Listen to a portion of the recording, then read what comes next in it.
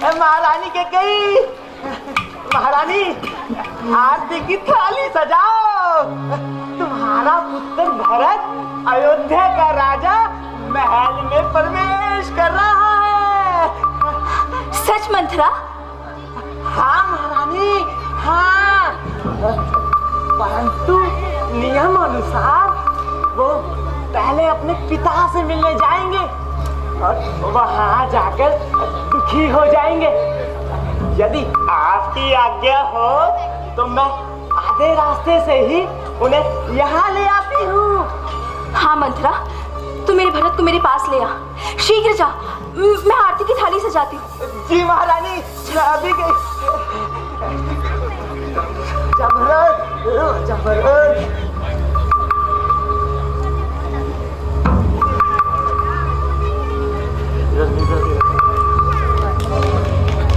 आओ राजकुमार, आओ, तुम्हारा स्वागत है।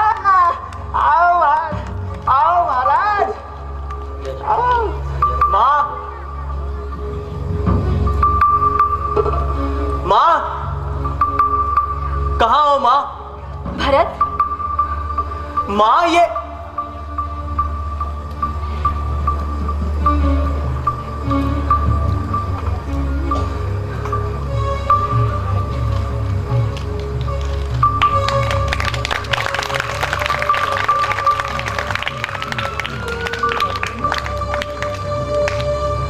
जी महारानी। भरत, तुम आ गए। कैसे हो पुत्र? क्या बात है माँ? ये आपने कैसे वस्त्र पहने हैं? और आपके आभूषण का है? आपकी मांग में सिंदूर क्यों नहीं है? ये राजमहल इतना सोना क्यों पड़ा है माँ? बोलो माँ, आप मौन क्यों हैं? आपकी चुप्पी मेरी अधीरता को बढ़ा रही है माँ। भरत, इस विश्व में प्राणी मात्र जन्म लेता है और अपना कार्य पूर्ण करके मृत्यु के अधीन हो जाता है। अर्थात तुम्हारे पिता, मेरे पति महाराज दशरथ मृत्यु के अधीन हो गए हैं। वो हम सबको छोड़कर चले गए हैं पुत्र। वो हम सबको छोड़कर चले गए। नहीं माँ, ऐसा नहीं हो सकता। आपको अवश्य कोई धोखा हुआ है माँ। मैं अभी भीतर देख के आता हूँ। महाराज तो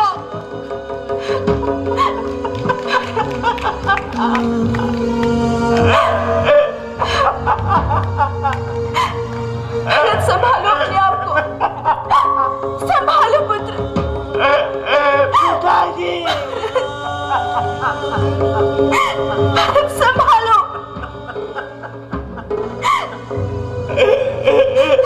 पिताजी,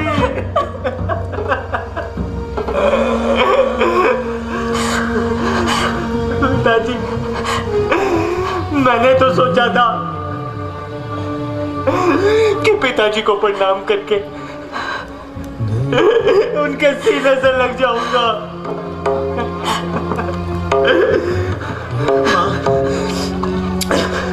नैनीहाल से आते हुए मेरा हृदय रास्ते पर कांपता रहा। वो सारे अपशगुन, वो सारे दुस्वप्न सत्य हो गए माँ। अनहोनी हो गई माँ, अनहोनी हो गई। धीरज रखो मेरे लाल, संभालो खुद को। पृथ्वी लोक के इस अटल सत्य को तुम्हें स्वीकार करना ही होगा। शोक का त्याग करो पुत्र। माँ, मैं कितना दुर्भाग्यशाली हूँ कि अपने पिताजी के अंतिम दर्शन भी ना कर सका। माँ, पिताजी के अंतिम समय में मैं उनके पास न था।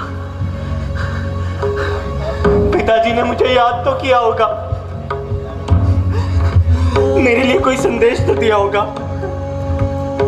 बोलो माँ, क्या कहा था पिताजी ने? नहीं, केवल राम को पुकारा था, उसी को याद किया था। भैया राम को पुकारा?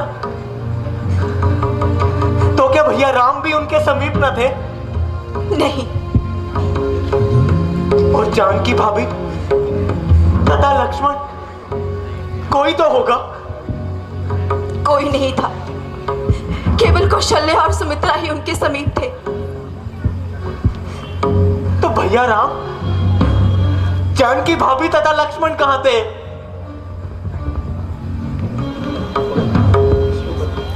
वन में।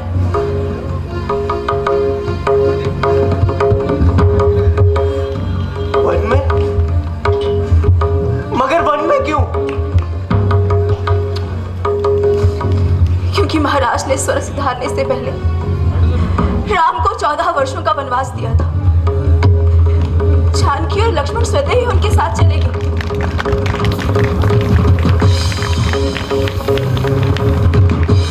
भैया राम को वनवास? नहीं माँ, यह नहीं हो सकता।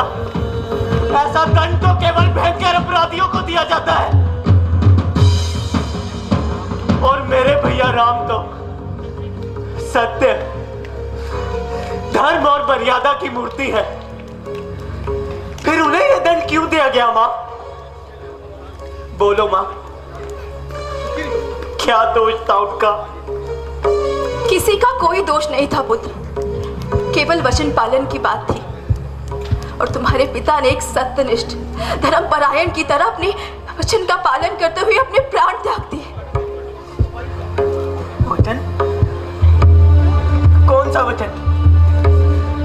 किसे दिया था उन्होंने ये वचन? बोलो माँ, किसे दिया था उन्होंने ये वचन? मुझे। आपको? क्या वचन दिया था उन्होंने आपको? भरत, एक बहुत लंबी कहानी है, मैं तुम्हें बाद में सुनाऊंगी। अभी तुम यहाँ बैठो, विश्राम करो। तुम थके हुए हो।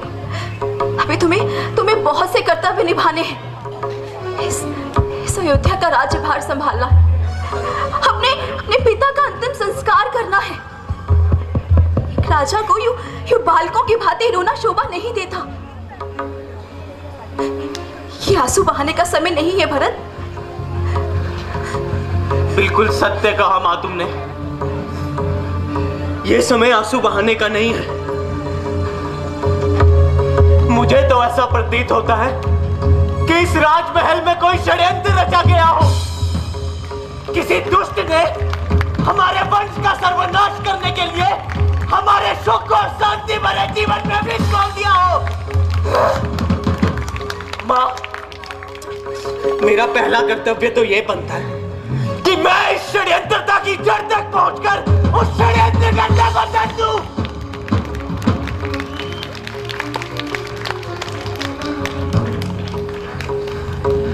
जिसने मेरे पिता की हत्या की,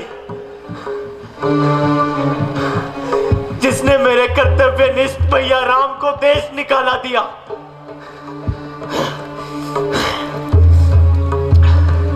जिसने हमारे वंश पर ऐसा क्रूर आघात किया, मां, मैं उसे जीवित नहीं छोड़ूंगा। मैं उसे जीवित नहीं छोड़ूंगा। तो क्या तू उसे प्राण दंड देगा? अवश्य, फिर चाहे वो स्वयं काल ही क्यों ना हो। तो तुझे वो दंड मुझे देना होगा।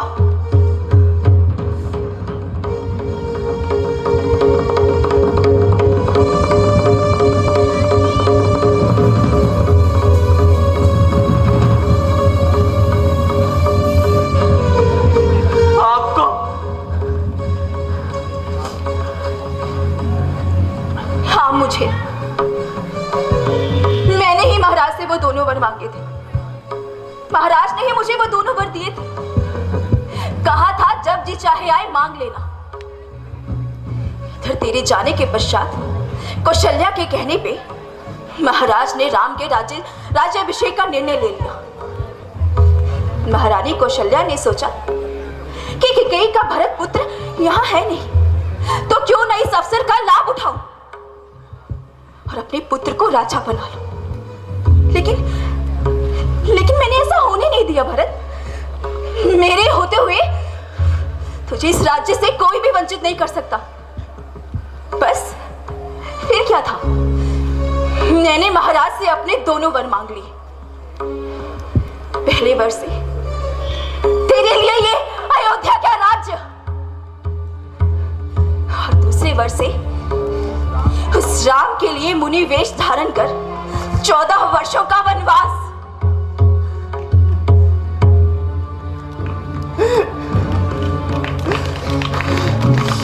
अरे ये क्या मांग लिया तूने? इससे तो अच्छा ये होता कि मेरे लिए मृत्यु का वादा देती। क्या बोल रहे हो?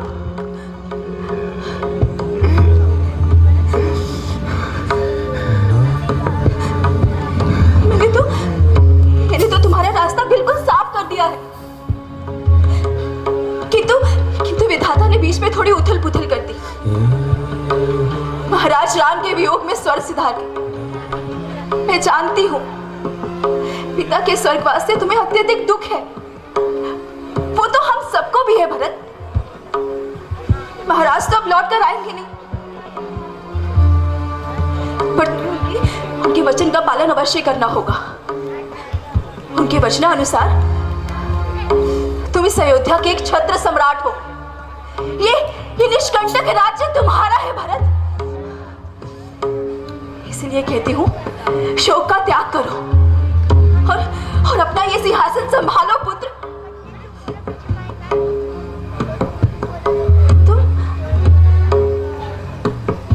तुम मुझे ऐसे क्यों देख रहे हो भरत? मैंने जो कुछ भी किया तुम्हारे भले। तूने मेरा भला नहीं किया, तूने तो मेरा सर्वनाश ही कर दिया।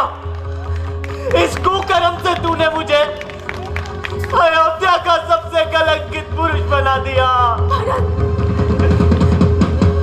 अरे इससे अच्छा तो यह होता कि जिस दिन मेरा जन्म हुआ उसी दिन अपने हाथों से मेरा गला काट देती। ये क्या बोल रहे हो तुम भरत? क्या बोल रहे हो तुम? कम से कम मुझे ऐसा दुख तो ना होता।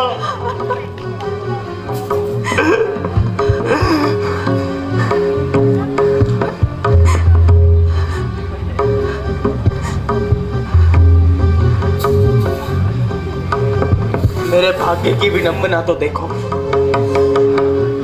एक तरफ मुझे रघुकुल जैसा उज्जवल वंश मिला, वीर पराक्रमी धर्मात्मा पिता मिले, तीनों लोकों में वंदनीय मर्यादा पुरुषोत्तम राम जैसे भाई मिले, और दूसरी ओर तुझ जैसी पापिन, नीच और कुलनाशनी माता मिली। अरे पापिन, भैया राम को वन भेजते समय तेरी जीवा के टुकड़ा टुकड़ा क्यों ना हो गए? क्यों किया तूने ऐसा? क्यों? मेरे भले के लिए। मेरे भले के लिए।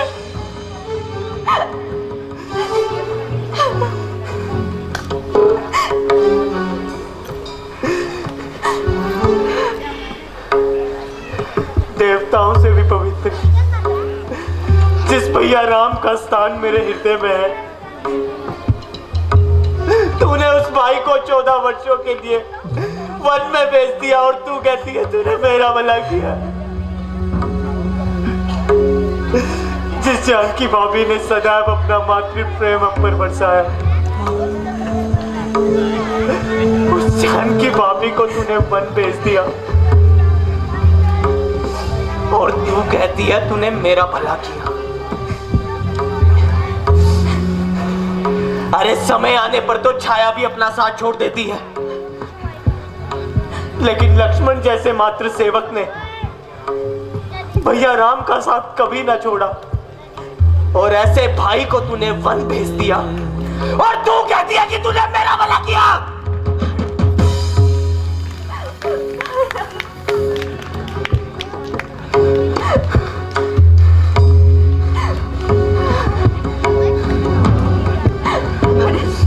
तू भली प्रकार जानती थी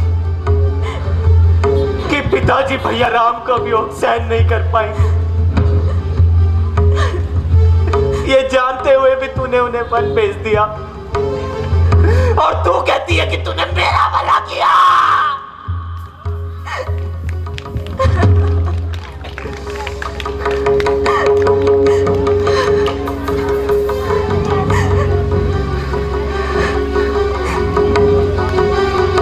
तूने जिस राम को बाल्य अवस्था में इतना स्नेह दिया, अपने हाथों से खिलाया, अपना मातृत्व प्रेम हमेशा हमसे निभा दिया। सब यही कहते थे कि राम कौशल्या का नहीं, कैकेयी का पुत्र है। उसी राम भैया को वन में भेजते समय तूने एक पल के लिए भी ना सोचा कि माता कौशल्या के हृदय पर क्या बीतेगी। अरे सोच, अगर यही सब वो मेरे साथ करते तो तेरे दिल पर क्या बीतती।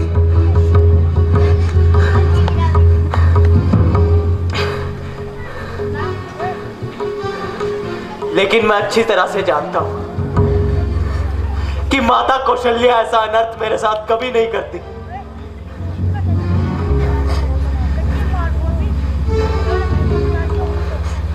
तूने वन जाने से पहले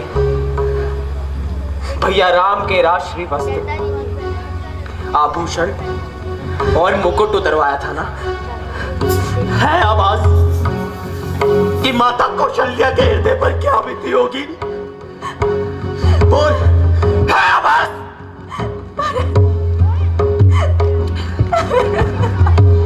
तुझे आभास क्यों होगा?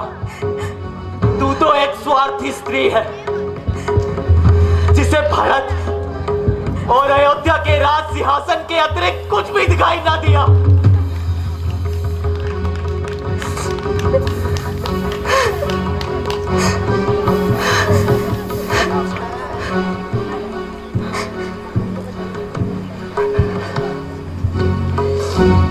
मैं आभास कराता हूं।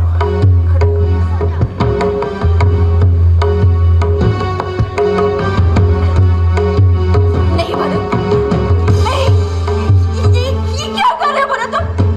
नहीं भरत, भरत, ये सब कुछ मैंने अपने पुत्र के लिए किया। भरत, तेरा पुत्र नहीं हूं, और ना ही आज से तू मेरी माता है।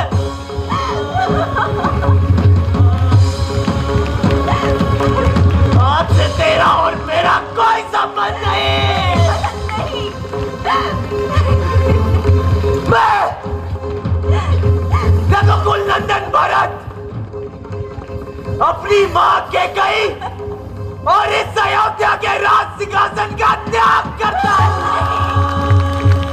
नहीं भरत, इस सिंहासन पर केवल और केवल श्री राम जी का अधिकार है, और मैं उन्हें लेने वन अवश्य जाऊंगा, अवश्य जाऊंगा, अवश्य जाऊंगा।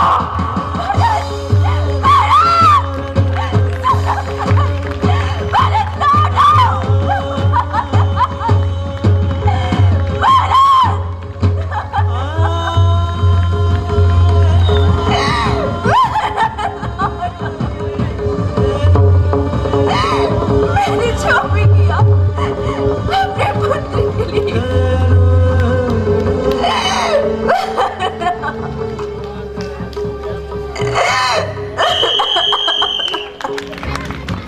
तेरी